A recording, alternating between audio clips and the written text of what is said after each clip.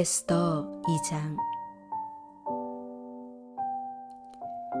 그 후에 아하수에로 왕의 노가 그침에 와스디와 그가 행한 일과 그에 대하여 내린 조서를 생각하거늘 왕의 측근 신하들이 아뢰되 왕은 왕을 위하여 아리따운 처녀들을 구하게 하시되 전국 각 지방의 관리를 명령하여 아리따운 처녀를 다 도성 수산으로 모아 후궁으로 들여 궁녀를 주관하는 넷이 헤게의 손에 맡겨 그 몸을 정결하게 하는 물품을 주게 하시고 왕의 눈에 아름다운 처녀를 와스디 대신 왕으로 삼으소서 하니 왕이 그 말을 좋게 여겨 그대로 행하니라. 도성 수산에 한 유다인이 있으니 이름은 모르드게라. 그는 베냐민 자손이니 기스의 증손이요 시므의 손자요 야일의 아들이라. 전에 바벨론 왕 느부갓네살이 예루살렘에서 유다 왕 여고나와 백성을 사로잡아 갈 때에 모르드게도 함께 사로잡혔더라. 그의 삼촌의 딸 하다사 곧 에스더는 부모가 없었으나 용모가 곱고 아리따운 처녀라. 그의 부모가 죽은 후에 모르드게가 자기 딸같이 양육하더라. 왕의 조서와 명령이 반포됨에 처녀들이 도성수산에 많이 모여 헤게의 수하에 나아갈 때에 에스더도 왕궁으로 이끌려가서 궁녀를 주관하는 헤게의 수하에 속하니 헤게가 이 처녀를 좋게 보고 은혜를 베풀어 몸을 정결하게 할 물품과 일용품을 곧 주며 또 왕궁에서 을해주는 7 궁녀를 주고 에스더와 그 궁녀들을 후궁 아름다운 처소로 옮기더라. 에스더가 자기의 민족과 종족을 말하지 아니하니 이는 모르드게가 명령하여 말하지 말라 하였음이라. 모르드게가 날마다 후궁 뜰 앞으로 왕래하며 에스더의 안부와 어떻게 될지를 알고자 하였더라. 처녀마다 차례대로 아하수에로 왕에게 나아가기 전에 여자에 대하여 정한 규례대로 12달 동안을 행하되 6달은 모략 기름을 쓰고 6달은 향품과 여자에게 쓰는 다른 물품을 써서 몸을 정결하게 하는 기한을 마치며 처녀가 왕에게 나아갈 때에는 그가 구하는 것을 다 주어 후궁에서 왕궁으로 가지고 가게 하고 저녁이면 갔다가 아침에는 둘째 후궁으로 돌아와서 비빈을 주관하는 넷이 사하스가스의 수하에 속하고 왕이 그를 기뻐하여 그의 이름을 부르지 아니하면 다시 왕에게 나아가지 못하더라. 모르드게의 삼촌 아비하일의 딸 곧 모르드게가 자기의 딸같이 양육하는 에스더가 차례대로 왕에게 나아갈 때에 궁녀를 주관하는 넷이 헤게가 정한 것 외에는 다른 것을 구하지 아니하였으나 모든 보는 자에게 사랑을 받더라.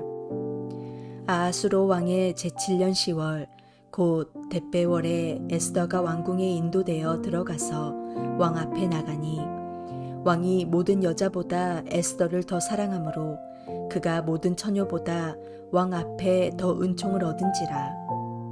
왕이 그의 머리에 관을 씌우고 와스디를 대신하여 왕으로 삼은 후에 왕이 크게 잔치를 베푸니 이는 에스더를 위한 잔치라. 모든 지방관과 신하들을 위하여 잔치를 베풀고 또 각 지방의 세금을 면제하고 왕의 이름으로 큰 상을 주니라. 처녀들을 다시 모을 때에는 모르드게가 되골문에 앉았더라. 에스더는 모르드게가 명령한 대로 그 종족과 민족을 말하지 아니하니 그가 모르드게의 명령을 양육받을 때와 같이 따름이더라. 모르드게가 되골문에 앉았을 때에 문을 지키던 왕의 넷이 빅단과 데레스 2 사람이 원한을 품고 아하수에로 왕을 암살하려는 음모를 꾸미는 것을 모르드게가 알고 왕후 에스더에게 알리니 에스더가 모르드게의 이름으로 왕에게 아뢰ን지라.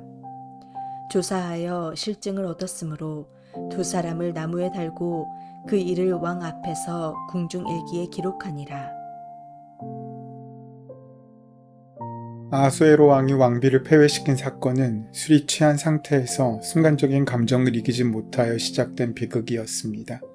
그렇게 왕이 왕비를 쫓아내고 나서 시간이 지났는데 오늘 본문에서는 그 후에 왕의 분노가 그쳤다고 말하고 있습니다.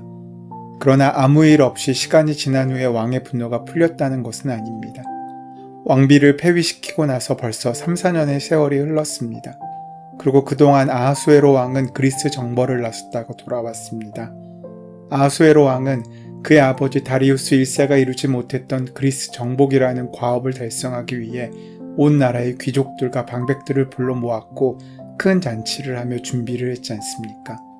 그리고 보무도 당당하게 16만의 병력과 1200척의 함선을 이끌고 그리스로 진격했습니다. 아하수에로의 페르시아의 대군은 질풍노도처럼 그리스 북부와 중부를 휩쓸고 남부까지 진격해 내려갔습니다. 그리고 최후의 결전을 준비하고 있던 아테네 함대와 해전을 벌이게 됩니다. 이 해전이 바로 그 유명한 살레미스 해전인데 여기서 페르시아 해군은 대패합니다. 그래서 보급로까지 끊길 위험에 처하게 되자 아하수에로는 서둘러 회군을 해야 했고 그 이후에 페르시아는 그리스 정복의 꿈을 완전히 포기하기에 이르렀습니다. 바로 이 시점에서 에스더 2장이 시작되는 것입니다. 인도에서 구스까지 127개의 도로 아우르는 대제국 페르시아가 조그만 도시국가인 아테네에게 참패를 당하고 돌아왔으니 아하수에로 왕의 기분이 어떻겠습니까? 또 얼마나 분하고 낙심되었겠습니까? 이럴 때 그 마음을 위로해줄 아내가 절실하지 않겠습니까? 그래도 옆에서 위로해주고 사랑해주는 아내가 있었다면 그 마음의 고통은 극복하는 것이 더 쉬웠을 것입니다.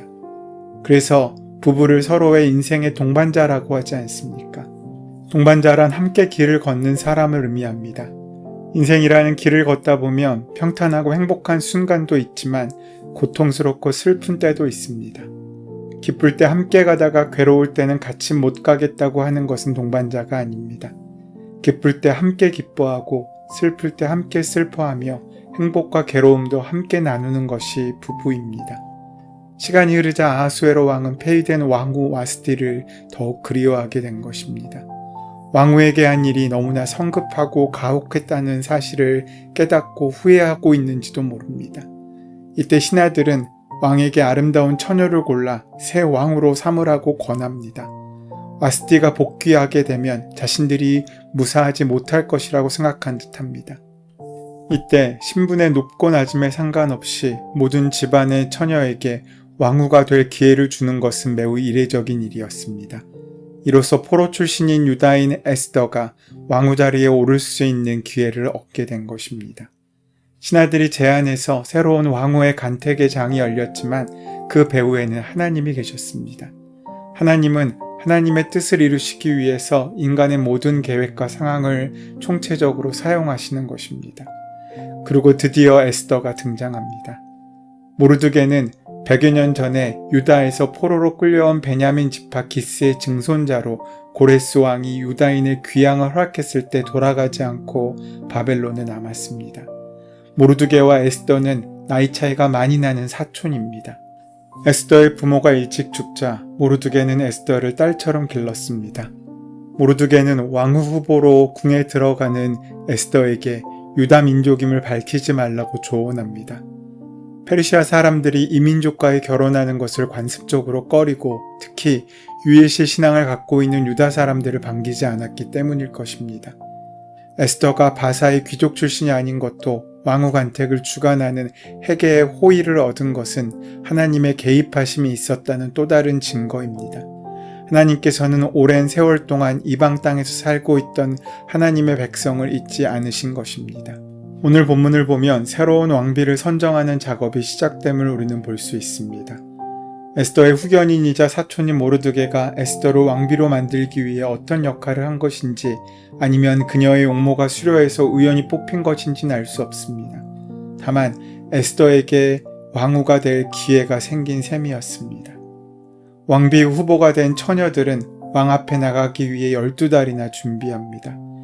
6달은 값비싼 몰약 기름으로 나머지 6달은 다른 향장품으로 몸을 가꾸면서 일생일대의 기회를 잡고자 애를 씁니다. 왕의 마음을 사로잡기 위해 필요한 것은 무엇이든 얻을 수 있었지만 에스더는 내시가 정한 곳 외에는 아무것도 구하지 않았습니다. 헤게는 에스더에게 화장품과 특별한 음식을 제공했다고 했습니다. 화장품을 제공했다는 것으로 보아 에스더는 꾸밀 줄 아는 여인이 아니었던 것 같습니다. 거기 모인 여인들 중에는 귀족의 딸들도 있었을 것입니다. 그들은 어릴 적부터 자신을 꾸밀 줄 알았을 것입니다. 그러나 에스더는 전혀 자신을 꾸밀 수 있는 방법을 알지 못했던 것 같습니다. 더 나아가 특별한 음식을 주었다고 성경은 기록합니다. 그 특별한 음식이 무엇이겠습니까? 뭔가 산의 진미는 아니었을 것입니다. 우리가 생각하기에 영양분이 필요한 고기나 과일 같은 음식일 가능성이 높습니다. 그런 음식들은 특별히 귀족들은 흔히 먹을 수 있는 음식들이었을 것입니다. 그러나 에스더는 맛보지 못한 음식들입니다.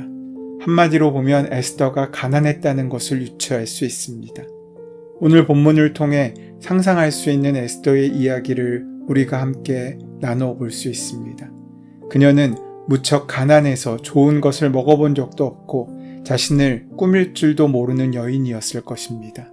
그럼에도 불평도 없고 구김살도 없는 여인이었고 따라서 누구와도 경쟁하려거니와 이기려고 하지 않았을 여인이었던 것 같습니다. 그 안에 질투도 경쟁의식도 거칠애도 거짓도 없는 그런 여인 말입니다. 어려서부터 부모를 여의고 외롭게 자랐을 텐데 그녀의 삶과 얼굴 가운데는 그런 구김살은 찾아볼 수 없었을 것입니다. 그녀는 자신의 처지를 비관하거나 낙담하지 않는 성숙한 모습을 가지고 있었습니다. 그렇게 자신의 있는 모습 그대로를 사랑하고 인정하는 인물이 에스더였을 것입니다. 그런 모습이 다른 사람들의 눈에 띄었던 것입니다. 본문 15절은 이렇게 말씀합니다. 에스더는 궁녀를 돌보는 왕의 내시에 회개가 하라는 대로만 단장을 하였을 뿐이고 다른 꾸미개는 요구하지 않았다. 이것은 경쟁자의 태도가 아닙니다. 경쟁의 자리에서는 남들보다 조금 더 많은 것을 해야 하고 더 많은 노력을 기울여야 합니다.